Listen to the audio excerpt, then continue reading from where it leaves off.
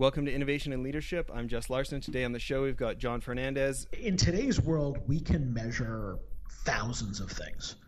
That's too many.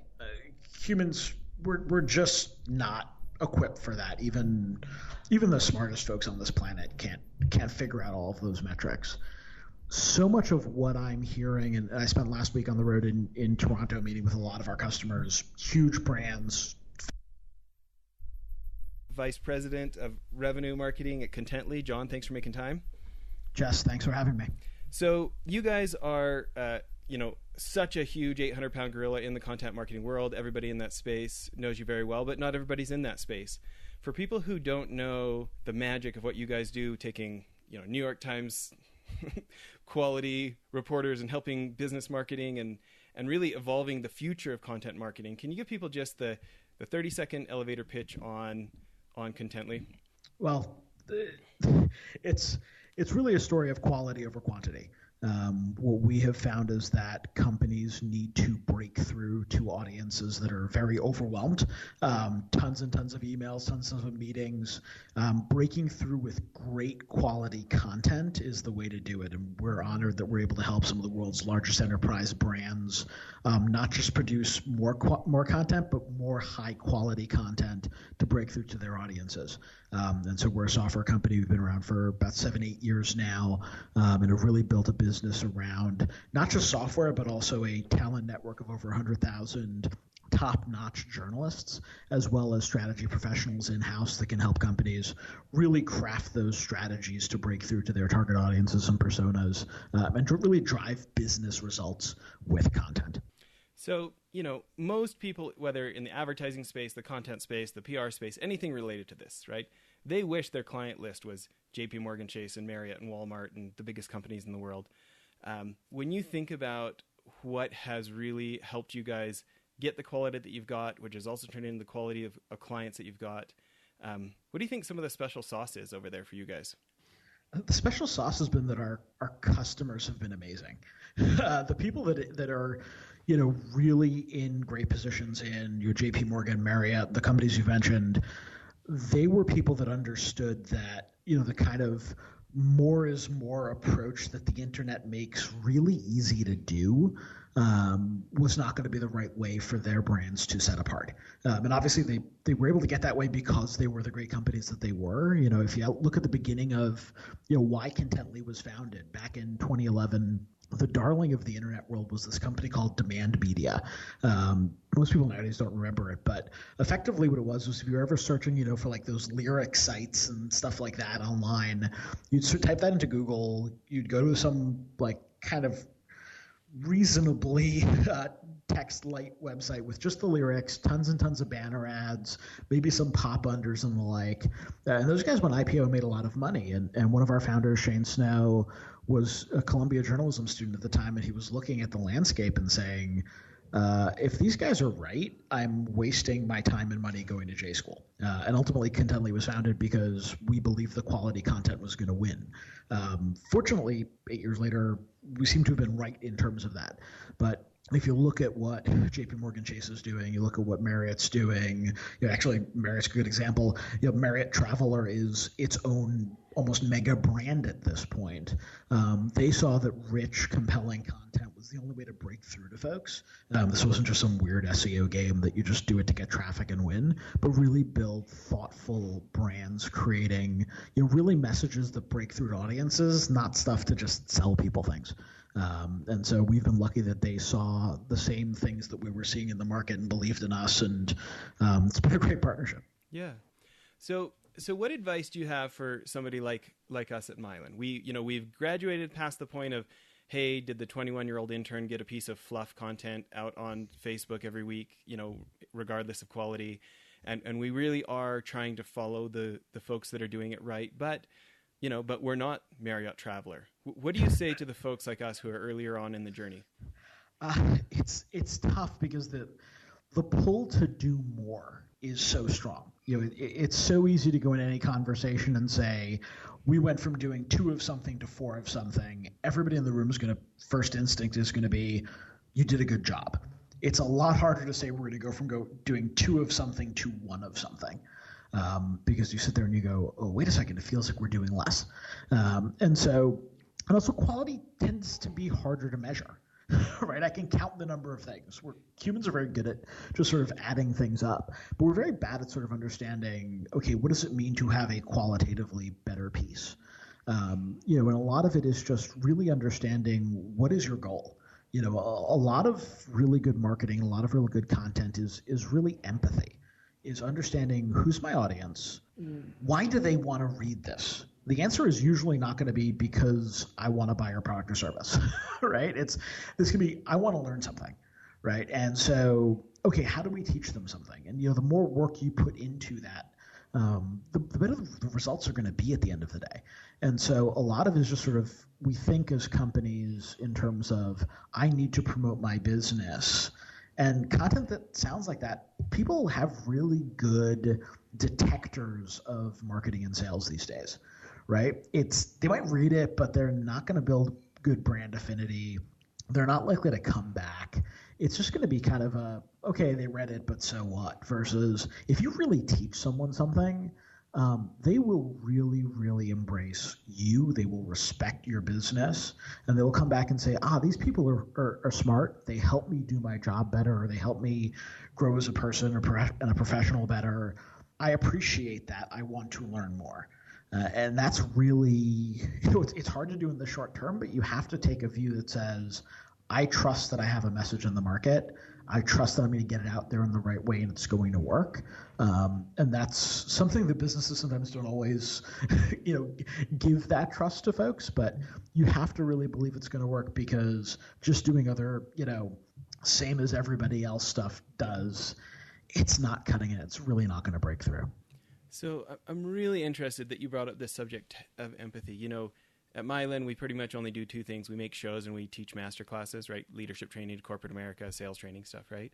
And one of our lead advisors, spent 25 years in the FBI, was a hostage negotiator, stuff like this, right? And he is so crazy about that subject. And, one of his coworkers, who was the head hostage negotiator for all the FBI, Chris Voss, came out with a book a couple of years ago called Never Split the Difference, talking about how using like tactical empathy with bank robbers and terrorists and stuff. And it's kind of become a fascination of mine. So I'm interested in the way that you're using it, and what, can you just go a little deeper on the value of empathy, or the type of empathy, or the just kind of go a little further with that? Yeah, it's weird as someone who was a particle physics student who dropped out to play chess professionally, for me to talk about the value of empathy. It's not the first thing that kind of comes to mind with me, but for me, it's about understanding, right? It's you've heard the term, put yourself in their shoes. A lot of it is like, there was a quote, one of my former SVPs of marketing once told me, he goes, nobody cares what you do today. Like, they appreciate you have a job, they might love your company, but at the end of the day, every person who walks into an office just wants to do their job better. Now, if you can help them do that, they'll love you forever. But they don't care about you at 9 o'clock in the morning. So you have to understand that that individual has real pressure, especially in business today. The amount of pressure that's on each and every one of us to perform is brutal.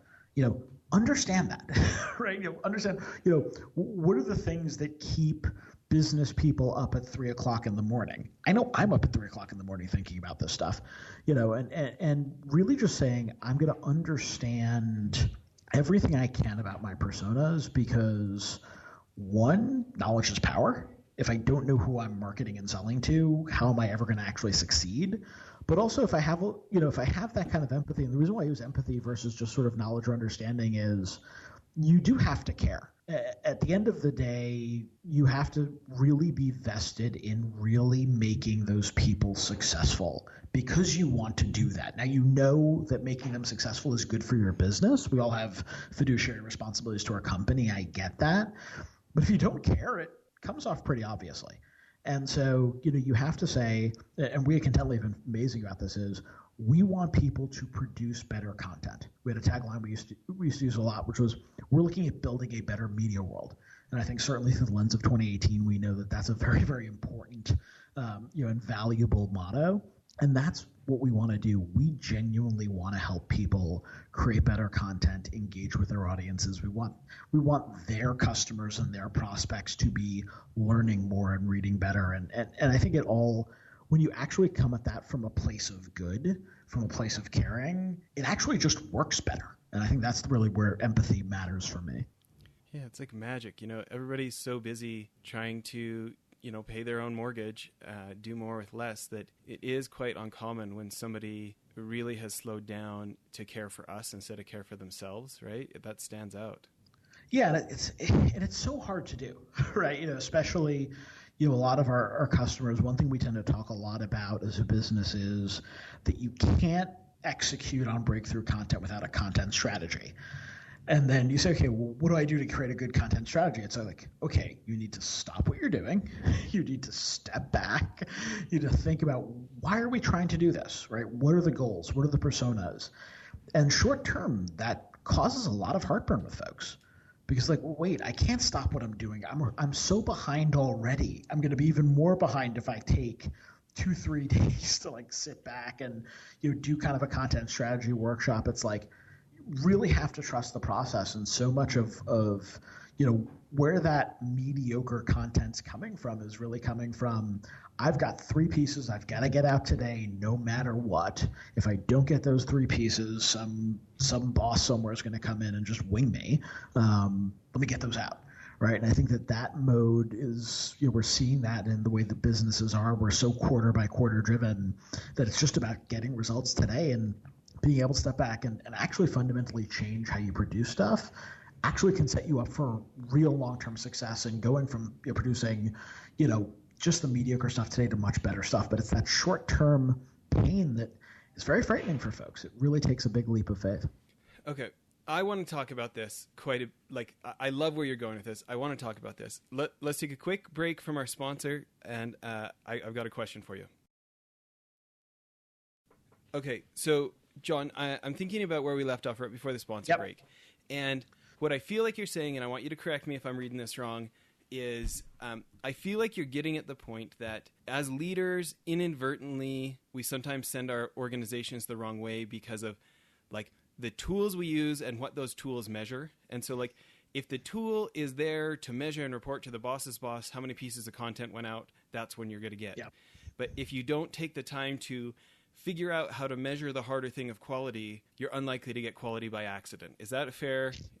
Yeah, I think it's a good characterization. So it makes me ask the question, if we don't live in the information age anymore, we live in the information overload age, right? And we need to create something. I mean, I saw you guys won the big Gartner Award, and I was reading some of the new model that you guys had come out with on that. On content maturity. Yeah, the ebook about content maturity model, which everybody should go to the Contently website and go download that for free. It's great.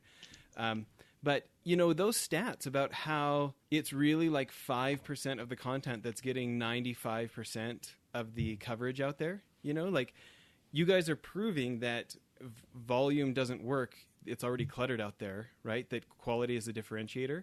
So if I have a habit at my organization of focusing on quantity, and we're measuring quantity, and I realize, okay, I've got to measure something different. I mean, you're the one who said quality is hard to measure. Give me some hints. How do we start figuring out how to measure quality instead? It's hard. So in today's world, we can measure thousands of things. That's too many. Humans, we're just not equipped for that. Even the smartest folks on this planet can't figure out all of those metrics. So much of what I'm hearing, and I spent last week on the road in Toronto meeting with a lot of our customers, huge brands, famous, wonderful companies that we're so privileged to work with, struggling with the same problem, which is it's almost one of internal buy-in. It's almost executive level buy-in. How do I get them bought into something? And I think of what a board member of mine once told me is he said, hey, John, look, any graph, any piece of data you put in front of me, I'm always going to ask for more, better, faster, cheaper. Your job is to set up the conversation in such a way that it's not that conversation that I'm having with you, but the conversation should be how nicely am I asking, right? If I throw any data point in front of somebody, oh, I want more. Oh, I want better. Oh, I want faster. Or I want cheaper. And that conversation's happening probably 1,000 different times right now simultaneously in meeting rooms all across the planet. You have to set up and say, here's what we think is going to happen, and then come back and say, did it happen or not? For me, a lot of it's about cadence and repetition and saying, okay, look, there is a primary KPI that everybody cares about. In most businesses, it's revenue. But with content, it doesn't need to be. A lot of content, especially content marketing, can be very top of funnel. So, maybe it's we want awareness, we want impressions, we want something like that. But it's very, very easy to just say more. And so I'm kind of a fan of a rule of three in terms of kind of setting up one's metrics is, sure, you need something quantity-based, but you need something quality-based as well. It's like I always think of like in the leads world, right? If I drive twice as many leads, but my conversion rate goes down by a factor of 2, I haven't really done anything, right? So yes, I want more visitors to my traffic, but maybe I want them spending more time reading it. Or maybe I want them to spend, to stay on the site more after they've read it. So I want my bounce rate to go down, right? Or something like that says I've got a quality metric alongside my quantity metric, so I can't just cheat by just creating more. Right?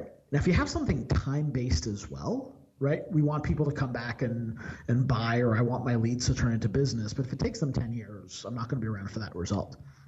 And so, Joe Chernoff, great marketer, once said, tell me how I'm measured and I'll tell you how I behave.